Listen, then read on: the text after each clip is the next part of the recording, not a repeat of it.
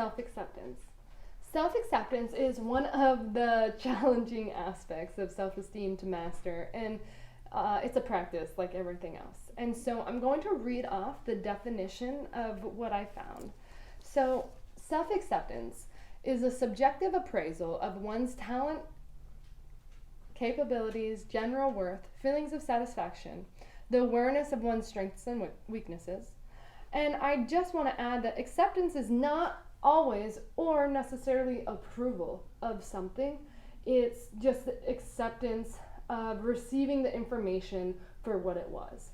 So the idea, the goal of practicing self-acceptance is that you're able to integrate your past memories and your past experiences, whether they're harmful or not, into today's reality, so that you're not constantly going back to this chatter in the past, but you've integrated it. It's one, it's whole, so that you can fully show up and be present in the moment.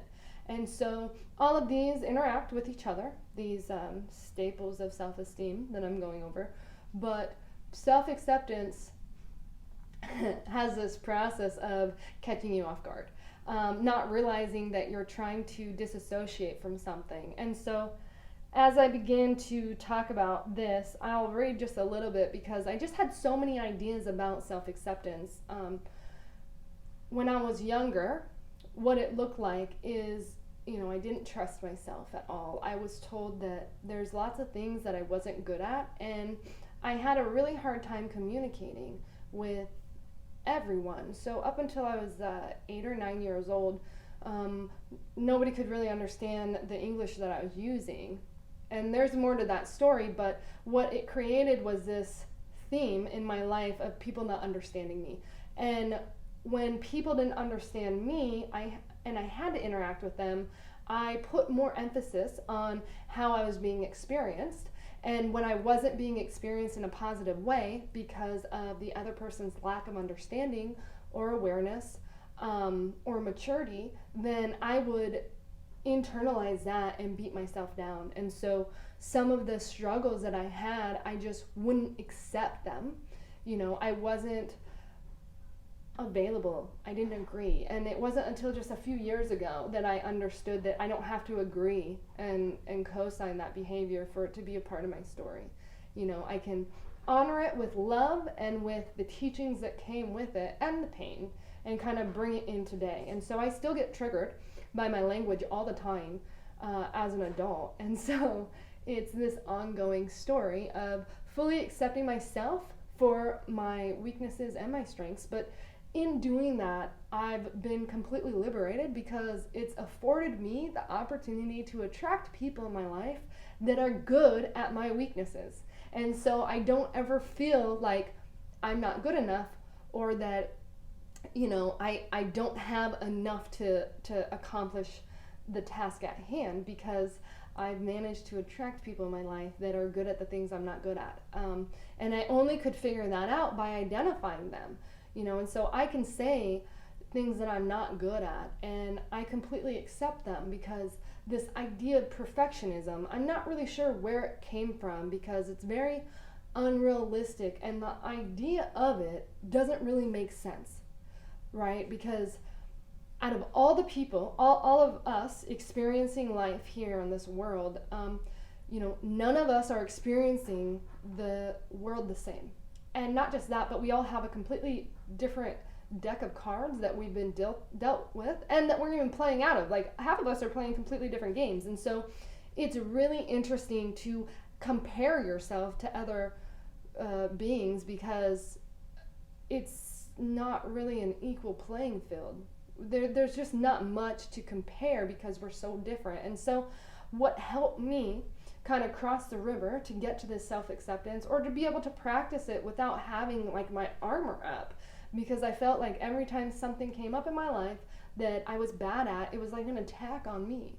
And so that is an example of me living from a pattern in the past, of fear and insecurity from when I was a child, right? But because I wasn't able to integrate those experiences as an adult, I continued to attract them. And where they showed up was in my romantic relationships.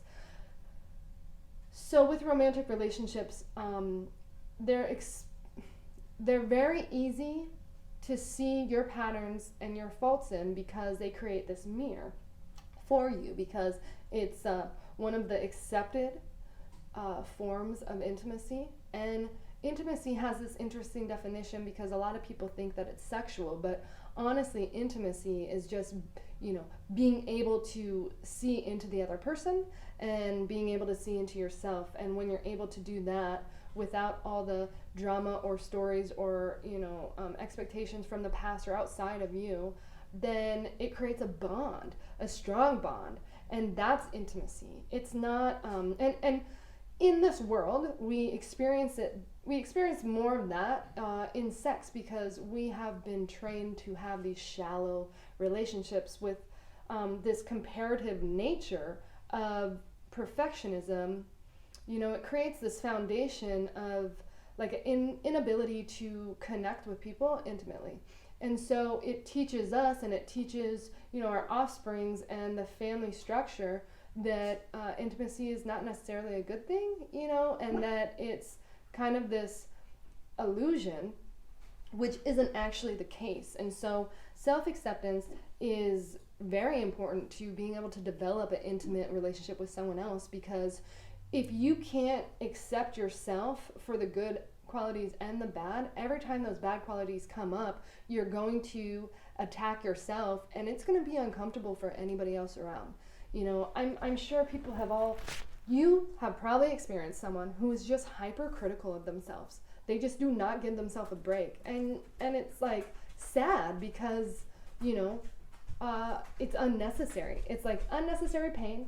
And what happens is that they just get used to living in the past, those past memories of probably, how their parents raised them, or the society or the culture that they grew up in, very nitpicky, that they haven't figured out how to accept themselves. And so when they can't accept themselves, they're definitely not going to be able to accept you, right? And so it kind of creates this barrier in between you and another person. For me, for example, when I see someone who, when I interact with people with, I'm thinking of a specific person, she is very negative about herself, very low self-esteem. When I interact with her, I'm pretty Missy. Sorry, that's my dad. When I interact with her, I'm on guard a little bit, because I know that when people are feeling low and vulnerable, their reaction is to lash out. And I intend to not be lashed out on. I just don't like it. I had a lot of experiences like that, and so that's how I figured out that's what it is. And so when this person, as she starts to open up and develop around me, it's not so much that I'm allowing her to connect with me or opening up myself for that type of unnecessary damage, because she's living in the past. She's living in her past emotions, and so she's not in the present moment, so she doesn't know what collateral damage she's doing. And so I'm not trying to be the collateral damage. And so I love her from a distance, but I do keep her blocked off, because I'm not willing for her to come in, and I'm not going to give that power away, because even though I love to allow people to connect with me,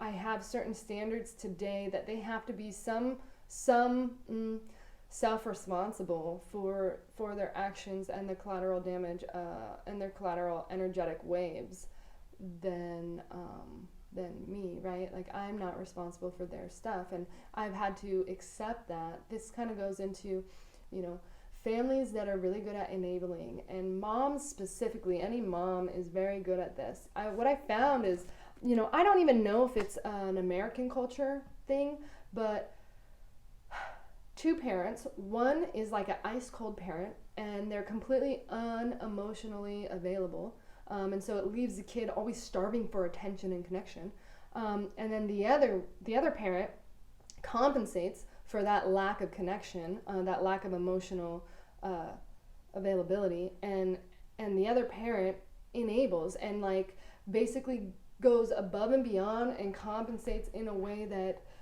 is harmful, because it makes it so that that child doesn't ever have to take responsibility for their own actions and their own feelings, because the mom or the other party is running around, making sure that they're perfect or that they have everything they need. And I think that that's,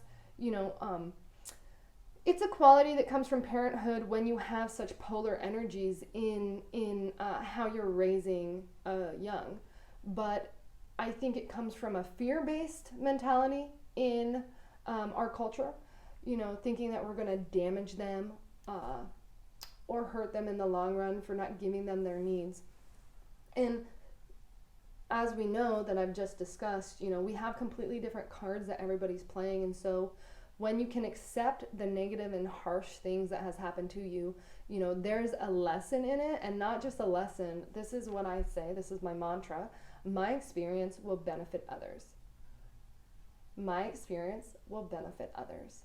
And what happens is that it takes the pain out of it, and it kind of prepares it and packages it in a way that is giving, so that my pain didn't go to waste. It wasn't for anything. And so being able to take those gems from a hard area in my life, or take the gems from things that I'm not particularly proud of, take the gems from all the shame that I've put on myself or adopted, then I can turn around and pass that forward and teach someone else kind of the silver lining of it, and hopefully prevent some of the pain or suffering that person could potentially end up in. And so being able to identify what areas of yourself you have a challenge accepting, that's the first step. And then being able to recognize that, it's useful. Even though it's painful, it's useful. And then coming to this conclusion that suffering is not required. I mean, pain happens. Staying in the moment and suffering over it and predicting your future based on, a horrible past will only create more of the horrible past. And so it's kind of like how you work your way out of it. And I do get these crazy ideas that I don't understand why I'm not excellent at certain things. And it's an opportunity to become right-sized. And if you guys haven't heard that term before, this is what it is. It's, in our daily life, there's certain things that we do awesome and we feel like on top of the world, like we're number one, we're the best. And then there's other things, and you probably are. So let me just say that, you probably are really great at some things. And then there's other things that happen where you feel very low, like I'm not good enough, kind of like this mouse mentality where you're just looking at people's feet. You don't even feel worthy to look at someone in their eyes. And so somewhere in between that, right, there's you being right-sized. And it's just basically living from inspiration, not this ego survival mindset.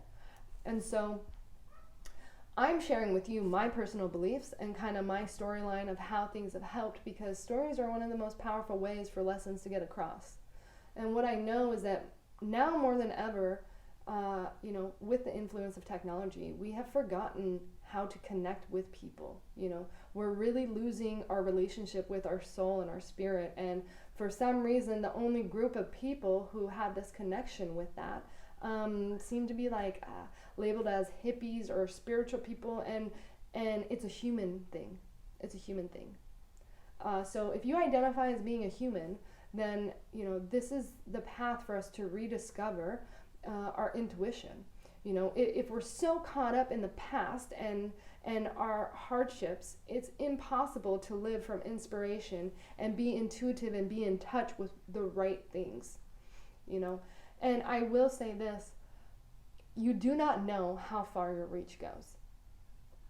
Just from someone witnessing you opening up and being confident or overcoming a boundary of yourself, it can change that person's perspective and give them that little breadcrumb to follow or to research or to learn about.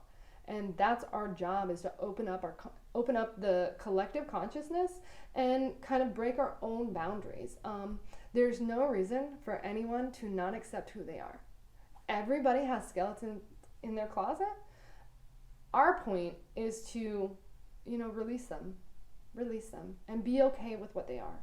And this is going to take some time, especially if you have some really old wounds. For me, I have some family stuff that I really struggle with. And I use that word very cautiously because by definition, it is a struggle for me because it's this repetitive cycle that I make a little bit of progress every time, not as much as I'd like, when I come to resetting boundaries or challenging old family beliefs that I adopted that don't make sense anymore. So start to redefine the words that you use, your vocabulary. You know, I use very specific words that I know what it means to me. And so I challenge you to come up with some uplifting words or neutralizing words that you can start to use and implement in your daily life when you're talking about your past, because it will start to change the energy behind how you experience the past.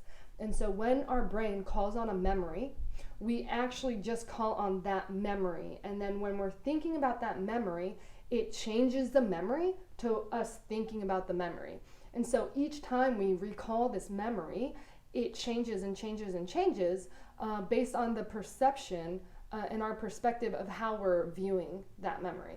And so over time, you can start to shift it.